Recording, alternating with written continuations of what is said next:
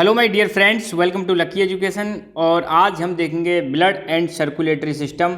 इससे पहले मैंने 2 लेक्चर्स बेसिक्स बताए थे, बोर्ड पर आपको समझाया था कि सर्कुलेटरी सिस्टम में जो ब्लड है हमारा कैसे कैसे ब्लड फ्लो करता है और सर्कुलेटरी सिस्टम का मेनली क्या क्या पार्ट हैं। तो आपको पता ही होगा। अगर आपने वो 2 वीडियोज़ नहीं देखें तो उनको ज़रूर देखें, क्योंकि वो देख लोगे तो आपको फिर सर्कुलेटरी सिस्टम में कोई दिक्कत आने वाली नहीं है। फिर मैंने आपको ये भी बताया था कि बाकी चीज़ें मैं फिर आपको स्लाइड्स के थ्रू यहाँ पर आपको समझाने वाला हूँ। ठीक है, तो ये अब ऐसे मान लो ये अपना पहला लेक्चर है, मगर जो बेसिक्स मैंने बताए हैं वो आपको देखना बहुत ज़्यादा ज़रूरी है। यहाँ पर भी मैं उन बेसिक्स को एक बार पिक्स के थ्रू आपको समझा दूंगा और फिर जो सेकंड वाला लेक्चर आएगा वहाँ से हम अपनी बुक स्टार्ट करेंगे। ठीक है, तो एक बार आपके माइंड में आइडिया आ जाएगा पूरा की पूरा कि ब्लड हमारा कैसे कैसे फ्लो कर रहा है, उसके बाद आपको दिक्कत आने वाली नहीं है। अभी आपके लिए एक न्यूज़ है, नई सूचना है। वैसे आपको पता चल गया होगा, आपकी हमारी लकी एजुकेशन ऐप आ चुकी है। आप अपने गूगल प्ले स्टोर पर जाकर लकी एजुकेशन ऐप को डाउनलोड कर सकते हो और वहाँ पर हमने बहुत सारे कोर्सेज प्रोवाइड करा रखे हैं।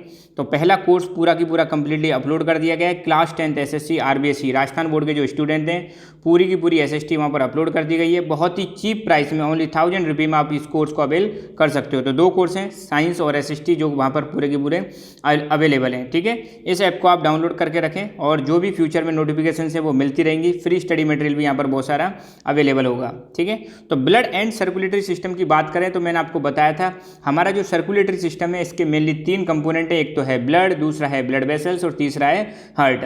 ठीक है, ब्लड कहाँ पर फ्लो करता है? ब्लड वेसल्स में फ्लो करता है और ब्लड को फ्लो करने के लिए एक मशीनरी है हमारे पास और वो मशीनरी का नाम है हार्ट।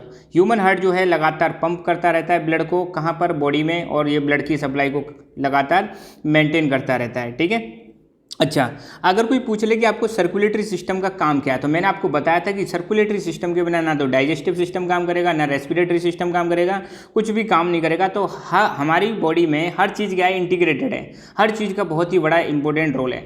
अब सर्कुलेटरी सिस्टम की बात करें तो इसका सबसे बड़ा फंक्शन या सबसे बड़ा रोल है रेस्पिरेटरी सिस्टम में। अब मैंने रेस्पिरेटरी सिस्टम आपको पढ़ा चुका हूँ, तो उसको आप देख सकते हो। तो रेस्पिरेटरी सिस्टम में क्या होता है? गैसेस का एक्सचेंज होता है। तो ऑक्सीजन ले जाना, CO2 को लाना, ऑक्सीजन और CO2 को लाने ले जाने का काम कौन करता है? Circulatory system. तो आपको पता है जो अपनी आर्टरी होती है उसमें प्योर ब्लड फ्लो करता है, वीन्स होती है उसमें इम्प्योर ब्लड फ्लो करता है। तो आर्टरी में ऑक्सीजन वाला ब्लड, वीन्स में CO2 वाला ब्लड फ्लो करता है। तो ब्लड किसका पार्ट है? सर्कुलेटरी सिस्टम का। तो ब्लड जो है या फिर सर्कुलेटरी सिस्टम जो है रेस्पिरेशन में हमारे में बहुत ज़्यादा हेल्प करता है। दूसरा एक्सक्रीटरी सिस्टम। आपको पता है ब्लड में भी बहुत सारे क्या होते हैं? वेस्टेज होते हैं। और आपको पता है ब्लड का फिल्ट्रेशन, ब्लड की फिल्ट्रेशन होता है कहाँ पर? किडनी में। और किडनी किसका पार्ट है? एक्सक्रीटरी सिस्टम का पार्ट है। ये भी मैं आपको पढ़ा चुका हूँ, तो आपके एक्सक्रीटरी सिस्टम वाला वीडियो भी देख सकते हो। तो एक्सक्रीटरी सिस्टम में भी सर्कुलेटरी सिस्टम का बहुत बड़ा रोल है। प्रोटेक्शन, प्रोटेक्शन मतलब अब हमारी बॉडी की प्रोटेक्शन में देखो, पहली बात तो ये कि बाहर से जो जर्म्स होते हैं या पैथोजेंस होते हैं हमारी बॉडी में अटैक करते हैं, तो उनको वापस जवाब देने के लिए हमारी बॉडी में एक डिफेंसिव सिस्टम है, या जिसको हम बोलते हैं इम्यून सिस्टम है।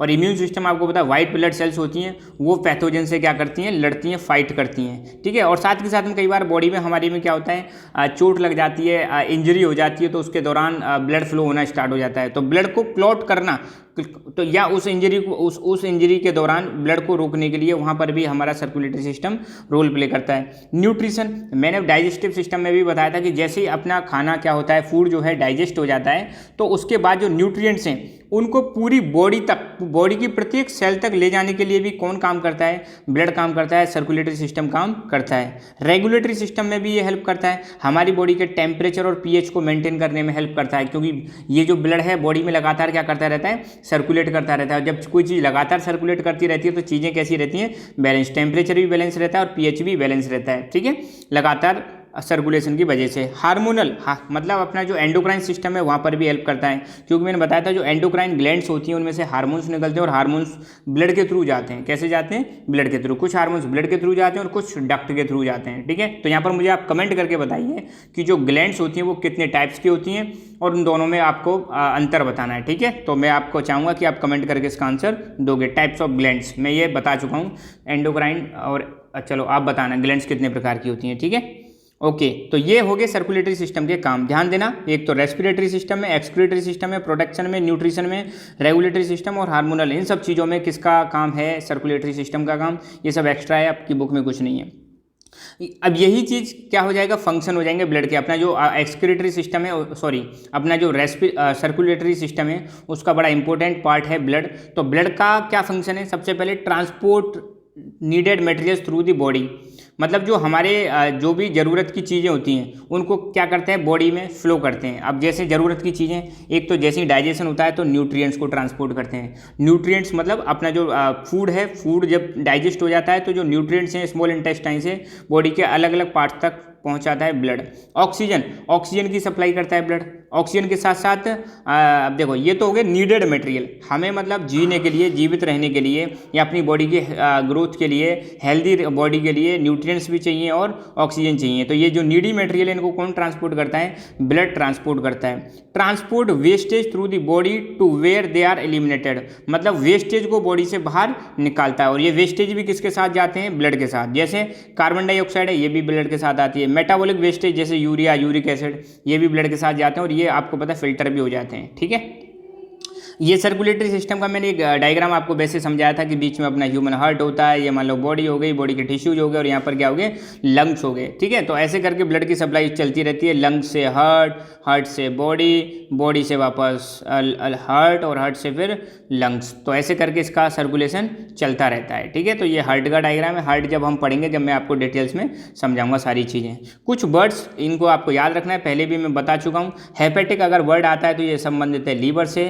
पल्मोनरी अगर वर्ड आता है तो समझ लेना किससे संबंधित है, लंग से। रीनल अगर वर्ड आता है तो ये किडनी से संबंधित है। सेरेब्रल अगर वर्ड आता है तो ये ब्रेन से संबंधित है। और कार्डियक वर्ड अगर आपको सुनने को मिलता है तो ये ह्यूमन हार्ट से संबंधित है। अच्छा, सर्कुलेशन के बारे में भी मैंने हल्का सा ओवरव्यू दिया था कल आपको लेक्चर में। तो मैंने बताया था हमारी बॉडी में जो सर्कुलेशन है वो 3 प्रकार का सर्कुलेशन होता है। एक होता है पल्मोनरी सर्कुलेशन, दूसरा होता है सिस्टमेटिक सर्कुलेशन और तीसरा होता है कार्डियक सर्कुलेशन।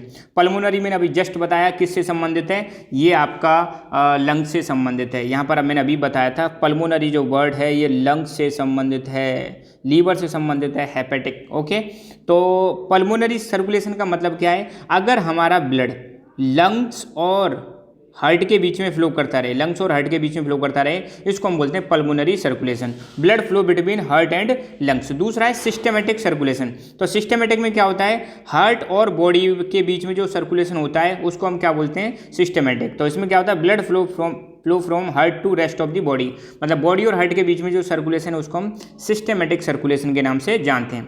तीसरा है कार्डियक सर्कुलेशन। अभी मैंने बताया था कार्डियक वर्ड है हार्ट से संबंधित। अगर मान लो हार्ट में ही ब्लड फ्लो कर रहा है, ठीक है, ये समझाया था मैंने, तो उसको हम क्या बोलते हैं, कार्डियक सर्कुलेशन। तो 3 प्रकार का सर्कुलेशन है, पल्मोनरी, सिस्टमेटिक और कार्डियक। जनरली हम कहते हैं डबल सर्कुलेशन है, मतलब हार्ट में जो ब्लड है वो 2 बार फ्लो करता है, एक बार जब एक बॉडी में जाता है और वापस हार्ट में आ गया, फिर हार्ट से लंग्स में जाता है और वापस, इसको हम डबल सर्कुलेशन के नाम से भी जानते हैं। ठीक है, तो ये 3 प्रकार का सर्कुलेशन हो गया, पल्मोनरी, सिस्टमेटिक और कार्डियक। लंग्स और हार्ट के बीच में पल्मोनरी, हार्ट और बॉडी के बीच में सिस्टमेटिक, और विद इन दी हार्ट हो गया आपका कार्डियक सर्कुलेशन। ठीक है, तो ये एक प्रकार से दिखा रखा है कि जैसे लंग्स से ये रेड वाला जो है ये प्योर ब्लड आ रहा है, और लंग्स, हार्ट से लंग्स की तरफ इम्प्योर ब्लड जा रहा है, ये यहाँ पे जा रहा है। ठीक है, तो ये आप देख सकते हो। और ये रेड वाला मतलब ऑक्सीजनेटेड ब्लड है, और ये ब्लू वाला कैसा है, डीऑक्सीजनेटेड। ऑक्सीजनेटेड मतलब इसमें ऑक्सीजन है, और डीऑक्सीजनेटेड मतलब जिसमें CO2 है। तो आपको पता है लंग से CO2 बाहर चली जाती है और O2 ब्लड में मिल जाती है, ये चीज़ भी आपको पता होगा, यहाँ पर आप देख सकते हो। ठीक है, अच्छा, अगर थोड़ा सा एक और आइडिया लें कि जो बॉडी में फ्लूइड होता है, ब्लड भी फ्लूइड का ही पार्ट है, कितना फ्लूइड होता है। अगर जो न्यूबॉर्न बेबी होता है, नया जो बेबी पैदा होता है, उसमें लगभग 80% बॉडी में उसकी में क्या होता है, फ्लूइड होता है, फ्लूइड ही फ्लूइड होता है। अडल्ट हो जाते हैं उसमें मेल में लगभग 60% फ्लूइड होता है, फीमेल होती है उसमें 50% फ्लूइड होता है। ठीक है, जो लिक्विड जो होता है, फ्लूइड जो फ्लो करता है। अच्छा, एक छोटा सा अंतर और देख लेते हैं। आप कई बार लिम्फ वर्ड भी सुनोगे, लिम्फ और ब्लड। ठीक है, इन दोनों में अंतर क्या है, देखो, ब्लड फ्लो करने के लिए है आपका सर्कुलेटरी सिस्टम, और लिम्फ को फ्लो करने के लिए है आपका लिम्फेटिक सिस्टम। ओके, तो देखो ब्लड क्या है, इसमें ब्लड का कलर रेड होता है क्योंकि इसमें RBC पाई जाती हैं, और RBC में आपको पता है हीमोग्लोबिन पिगमेंट पाया जाता है, जिसकी वजह से ब्लड का कलर कैसा होता है, रेड। लिम्फ में ये RBC नहीं पाई जाती है, इसकी वजह से लिम्फ कैसा है, कलरलेस फ्लूइड है। ठीक है, ब्लड में आपको पता है प्लाज्मा, RBC, WBC, प्लेटलेट्स पाई जाती हैं, जबकि लिम्फ जो होता है इसमें प्लाज्मा होता है और बहुत ही कम नंबर में WBC और प्लेटलेट्स पाई जाती हैं, बहुत ही कम नंबर में। मतलब लिम्फ में आपको RBC नहीं देखने को मिलेंगी। ठीक है, ब्लड का जो मतलब ये किससे संबंधित है, ये ऑक्सीजन और कार्बन डाइऑक्साइड के सर्कुलेशन से संबंधित है, जबकि जो लिम्फ है ये बॉडी के हमारे इम्यून सिस्टम में हेल्प करता है, मतलब बॉडी के डिफेंस का पार्ट है और इम्यून सिस्टम का पार्ट है। तो ध्यान देखना, लिम्फ जो है इसमें क्या पाई जाती है, WBC पाई जाती है, व्हाइट ब्लड सेल्स पाई जाती हैं, और ये आपको पता है हेल्प करती हैं हमारी, इसको हम सोल्जर सेल्स के नाम से भी जानते हैं। ये बॉडी में इम्यून सिस्टम में मतलब इम्यून सिस्टम का पार्ट है और हमारी बॉडी को प्रोटेक्ट करती हैं किससे, डिजीज से। ठीक है, तो लिम्फेटिक सिस्टम किससे संबंधित है, बॉडी की डिफेंस में हेल्प करता है और इम्यून सिस्टम का पार्ट है। ठीक है, अब बॉडी जो ब्लड की बात करें तो it's plasma has protein calcium, मतलब जो ब्लड है उसमें प्लाज्मा जो पाया जाता है उसमें प्रोटीन होती है और कैल्शियम होता है, जबकि लिम्फ जो है इसमें प्लाज्मा में प्रोटीन नहीं पाई जाती। ठीक है, अच्छा, डिफरेंस अगर देखा जाए लिम्फेटिक सिस्टम और सर्कुलेटरी सिस्टम में डिफरेंस क्या है, ये सिर्फ मैं आपको एक्स्ट्रा नॉलेज दे रहा हूँ, आपकी अगर एक बार चीज़ें एक्स्ट्रा अगर आपको समझ में आ गई तो मज़ा आएगा बायोलॉजी पढ़ने में आपको। ठीक है, बाकी आपको अगर ये चीज़ें अच्छी नहीं लग रही हैं तो आप डायरेक्टली स्विच करके अगले वीडियोज भी देख सकते हो, कोई दिक्कत वाली बात नहीं है, बट मैं चाहता हूँ कि आपकी चीज़ें अच्छी तरह से क्लियर हों। सर्कुलेटरी सिस्टम ध्यान देना किससे संबंधित है, ब्लड से संबंधित है, तो इसमें ब्लड का कलेक्शन होता है, डिस्ट्रीब्यूशन होता है।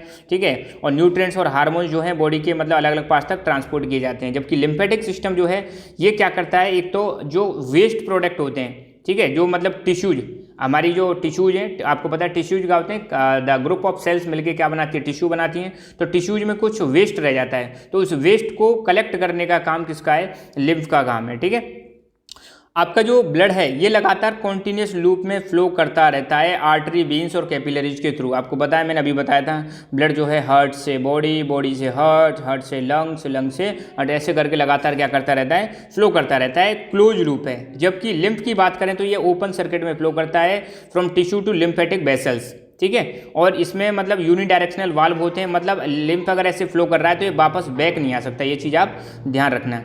ठीक है, ब्लड की अगर बात करें तो blood consist of liquid plasma that transport red and white blood cells and platelets. अब देखो ये जो रेड, अब हम ब्लड के बारे में आगे जानेंगे अच्छी तरह से। ब्लड में जनरली दो पार्ट होते हैं, एक लिक्विड पार्ट और एक सॉलिड पार्ट। ठीक है, तो लिक्विड पार्ट प्लाज्मा होता है, सॉलिड पार्ट में आपको WBC, RBC और प्लेटलेट्स होती हैं। तो प्लाज्मा जो होता है ये जनरली किस में हेल्प करता है, ट्रांसपोर्टेशन में हेल्प करता है, जो सॉलिड पार्ट्स हैं इनको ट्रांसपोर्ट करता है, जबकि लिम्फ जो होता है इसमें मेनली वाटर पाया जाता है। ठीक है, blood is visible, red colour का होता है ब्लड, आप देख सकते हो रेड कलर का होता है, और blood is filtered bye kidney, और ब्लड का फिल्ट्रेशन कहाँ पर होता है, किडनी में। जबकि लिम्फ कैसा है, इनविजिबल है और ट्रांसपेरेंट कलर होता है। ट्रांसपेरेंट मतलब हमें ज़्यादा दिखाई नहीं देगा, मतलब पारदर्शी होता है। Lymph is filtered by lymph nodes, ध्यान देना ये बहुत इंपॉर्टेंट है।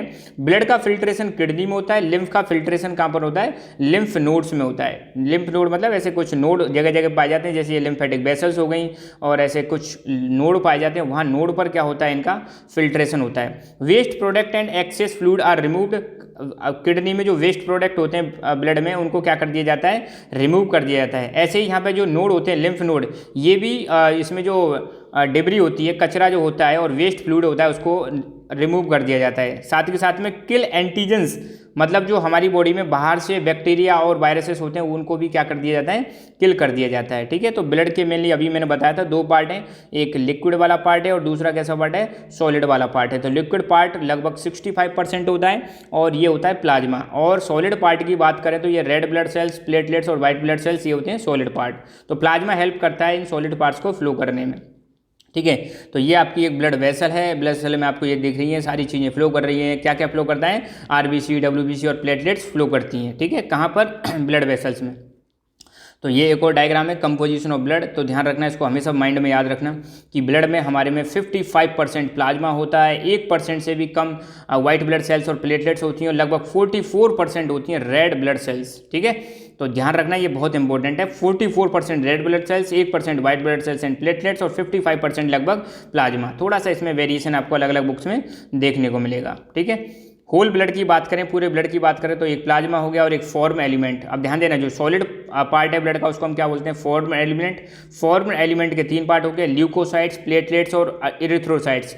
इरिथ्रोसाइट्स को हम बोलते हैं RBC और ल्यूकोसाइट्स को हम बोलते हैं WBC। ठीक है, व्हाइट ब्लड सेल्स को हम क्या बोलते हैं, ल्यूकोसाइट्स। प्लाज्मा में ये सारी चीज़ें पाई जाती हैं, amino acids, nutrients, proteins, gases, electrolytes, nitrogenous waste. Protein भी प्लाज्मा में कई प्रकार की होती हैं, एल्बुमिन्स, फाइब्रिनोजन, ग्लोबुलिन्स, ठीक है। तो ये प्रोटीन्स के नाम है, ये हालांकि अपने बुक में ज़्यादा है नहीं, आप देख लेना। जो प्लाज्मा है इसमें तीन प्रोटीन यहाँ पे बता रखे हैं, एल्बुमिन्स, फाइब्रिनोजन, ग्लोबुलिन्स, ठीक है। और इनका अलग अलग काम होता है। अब यहाँ पर अगर फॉर्म एलिमेंट की बात करें तो जो WBC है, WBC के यहाँ पे टाइप बता रखे हैं, ग्रेन्युलोसाइट्स, एग्रेन्युलोसाइट्स। ग्रेन्युलोसाइट्स के भी 3 टाइप्स हैं, न्यूट्रोफिल्स, यूसिनोफिल्स, बेसोफिल्स। और एग्रेनुलोसाइट्स के 2 टाइप हैं, लिम्फोसाइट्स और मोनोसाइट्स, ठीक है। ये हम जब ब्लड पढ़ेंगे तो वहाँ पे इस चार्ट को आप बना लेना। ब्लड के बारे में और थोड़ी सी इन्फॉर्मेशन देख लेते हैं। ब्लड एक स्पेशल कनेक्टिव टिश्यू है। तो मैंने बताया था टिश्यू 4 प्रकार के होते हैं, तो आपको वो कमेंट करके बताना है कौन कौन से वो 4 टाइप्स हैं, ठीक है। तो ब्लड कैसा टिश्यू है, कनेक्टिव टिश्यू है, लूज कनेक्टिव टिश्यू है, फ्लो कर सकता है, ठीक है। और it is made up of fluid, plasma and form element. Blood में 2 चीज़ होती हैं, एक तो प्लाज्मा होता है जो लिक्विड पार्ट है, और फॉर्म एलिमेंट मतलब जो सॉलिड पार्ट है जिसमें WBC, RBC और प्लेटलेट्स आती हैं। इन 2 चीज़ों से ब्लड बना होता है। और ब्लड का जो प्लाज्मा होता है ये 55% होता है लगभग, और इस प्लाज्मा में भी 90 से 92% प्लाज्मा में पानी होता है, वाटर होता है, और 6 से 8% के समथिंग इसमें क्या होती हैं, प्रोटीन्स होती हैं। किसमें, प्लाज्मा में। कौन सी, एल्बुमिन्स, फाइब्रिनोजन, ग्लोबुलिन्स, ठीक है। इन प्रोटीन्स का भी अगर हम काम देखें तो जो फाइब्रिनोजन है, फाइब्रिनोजन जो प्रोटीन है ये ब्लड के क्लॉटिंग और कोगुलेशन में हेल्प करती है। मतलब ब्लड का जो थक्का जमता है, जैसे चोट लग जाती है, चोट लग के वहाँ पर मतलब ये जो फाइब्रिनोजन है वहाँ पर चली जाती है और मिलकर वहाँ पर क्या कर देती है, क्लॉटिंग कर देती है, मतलब थक्का जमा देती है। कहीं भी चोट लगती है तो वहाँ पर ये इकट्ठी हो जाती हैं और ब्लड के साथ मतलब वहाँ पर मतलब ब्लड को फ्लो करने से रोकती हैं। दूसरा है ग्लोबुलिन्स, ये जनरली हेल्प करती हैं किसमें, डिफेंस मैकेनिज्म, बॉडी की जो डिफेंस मैकेनिज्म है, इम्यून सिस्टम है, उसमें हेल्प करती हैं।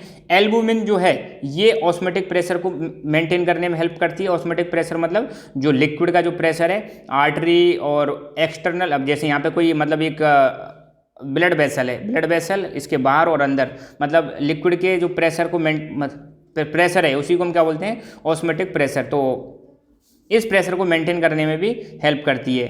और जो एल्बुमिन है ये कहाँ पर बनती है, लीवर में बनती है। तो डाइजेस्टिव सिस्टम में पढ़ा चुका हूँ, लीवर, ठीक है। बॉडी की सबसे बड़ी लार्जेस्ट ग्लैंड है लीवर। अच्छा, कमेंट करके बताओ लीवर में कौन सा जूस बनता है, एक जूस बनता है और वो कहाँ पर स्टोर होता है। किडनी एब्जॉर्ब करती है एल्बुमिन को ड्यूरिंग फिल्ट्रेशन, जब फिल्ट्रेशन होता है तो इस एल्बुमिन को कहाँ पर फिल्टर कर दिया जाता है, किडनी में। तो ध्यान रखना एल्बुमिन बन कहाँ रहा है, लीवर में। स्टोर कहाँ पे हो रहा है, ये स्टोर हो रहा है, या फिल्टर कहाँ पर हो रहा है, किडनी में। ये चीज़ आपको ध्यान रखनी है। दूसरी चीज़ है plasma without clotting called serum, अगर क्लॉटिंग ना हो तो उसको हम क्या बोलते हैं, सीरम बोलते हैं। और प्लाज्मा, अगर प्लाज्मा से फाइब्रिनोजन हटा दे तो ये क्या कहलाता है, सीरम कहलाता है, ठीक है। ओके, दूसरा मैंने बताया था ब्लड का दूसरा पार्ट है फॉर्म्ड एलिमेंट। पहला पार्ट कौन सा है, प्लाज्मा, और दूसरा है फॉर्म्ड एलिमेंट। तो फॉर्म एलिमेंट में 3 चीज़ें होती हैं मेनली, RBC, WBC और प्लेटलेट्स, और ये तीनों चीज़ें मिलकर क्या कहलाती हैं, फॉर्म एलिमेंट कहलाती हैं। और ये नियरली ब्लड का 45% होता है।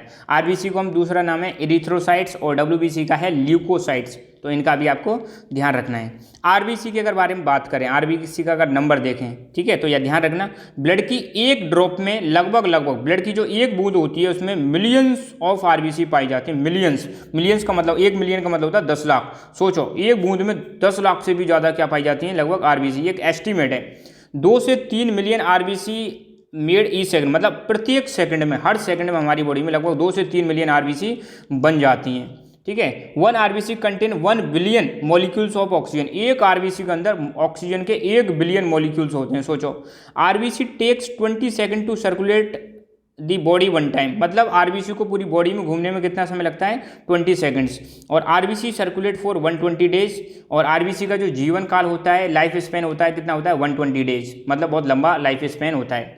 RBC have average life span of 120 days after which they are destroyed in the spleen.